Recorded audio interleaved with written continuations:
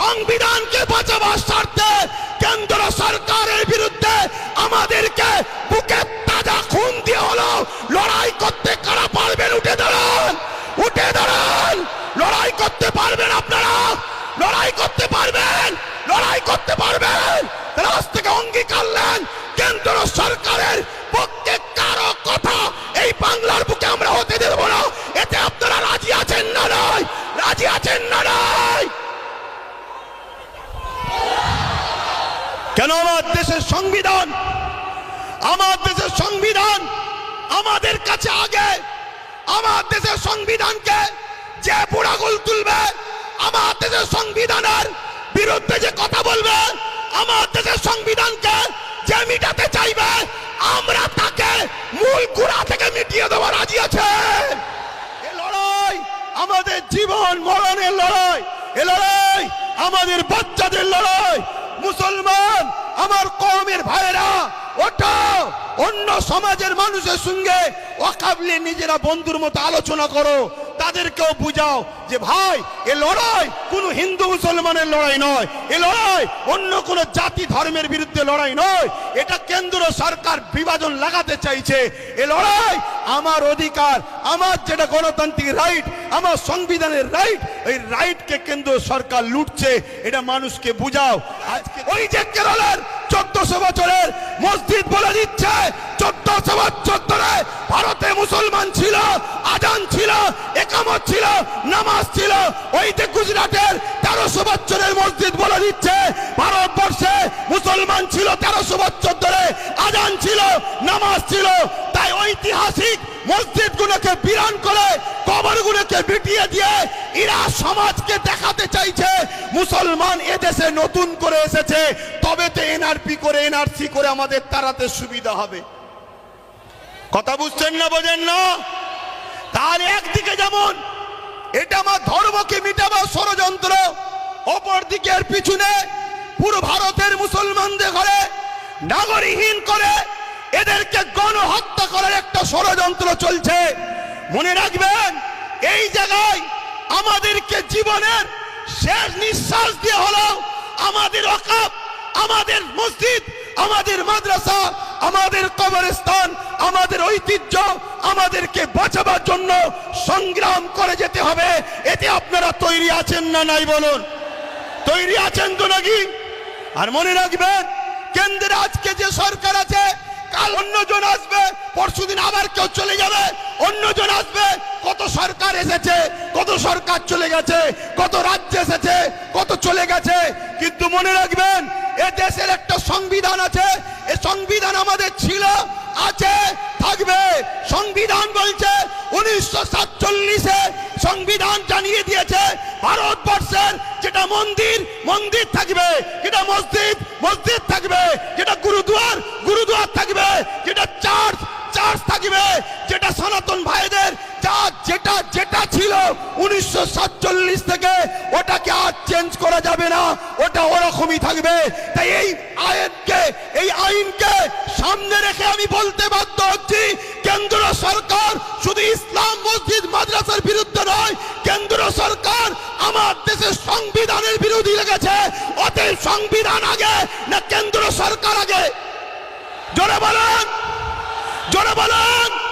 তা সংবিধানকে বাঁচাবার স্বার্থে কেন্দ্র সরকারের বিরুদ্ধে আমাদেরকে বুকে তাজা খুন দিয়ে হলো লড়াই করতে কারা পারবেন? উঠে দাঁড়ান, উঠে দাঁড়ান। লড়াই করতে পারবেন আপনারা?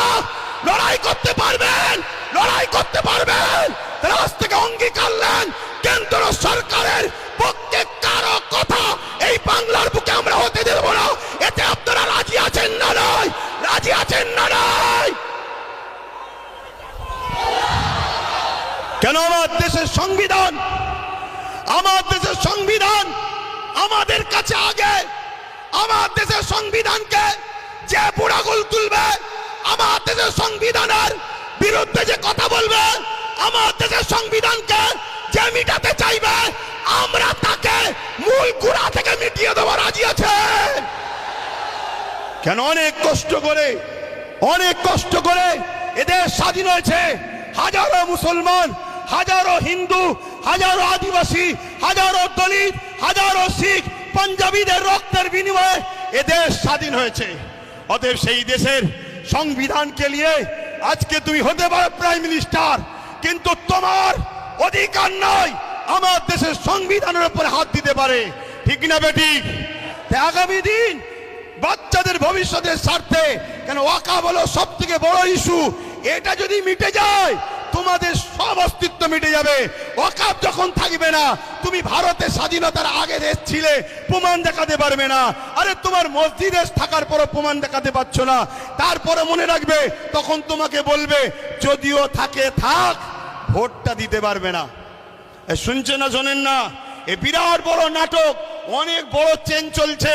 মনে রাখবেন বিগত দিন যা বলেছি আজকে সেটা ঘটছে না ঘটেনি।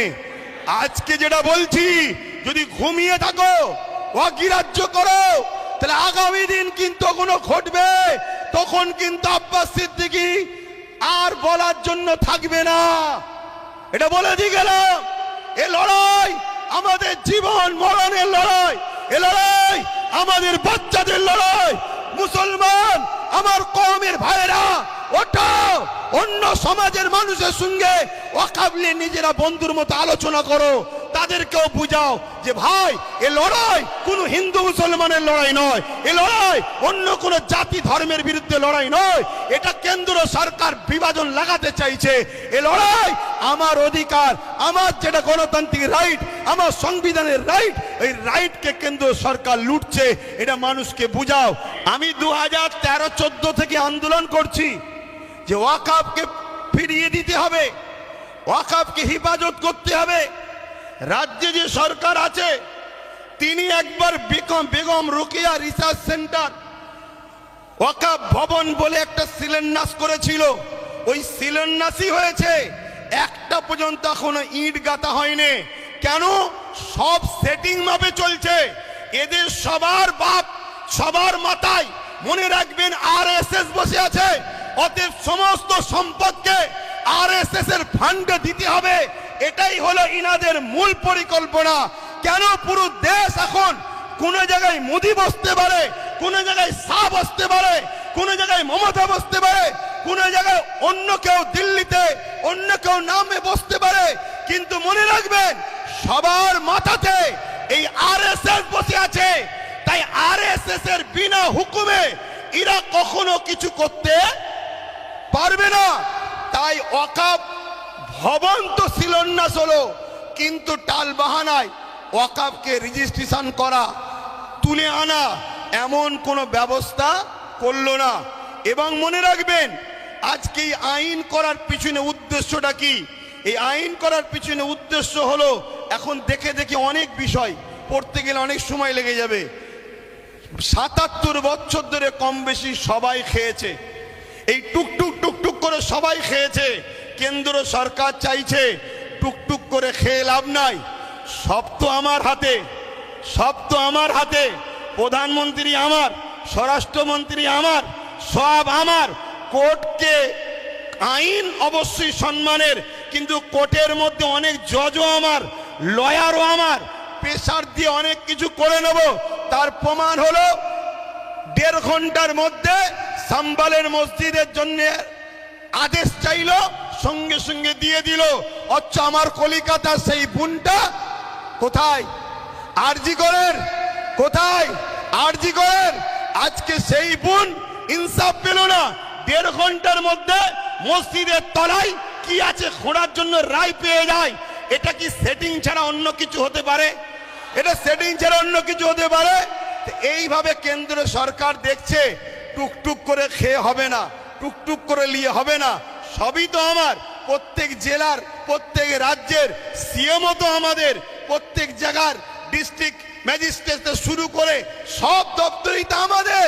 অতএব এই সুযোগে ওয়াকফ 2024 সংশোধনের নামে ওয়াকফ সম্পদকে পুরো কবজা করে নাও। 44টা 1995 যে আইন হয়েছিল তা থেকে 44টা চেঞ্জ করতে চেয়েছে। তার মধ্যে কয়েকটা রিপোর্ট আপনাদের বলছি। সর্বপ্রথম ধর্মের মধ্যে বিভাজন করতে চেয়েছে, বলতে চেয়েছে শিয়া সুন্নি দুটো বোর্ড হবে।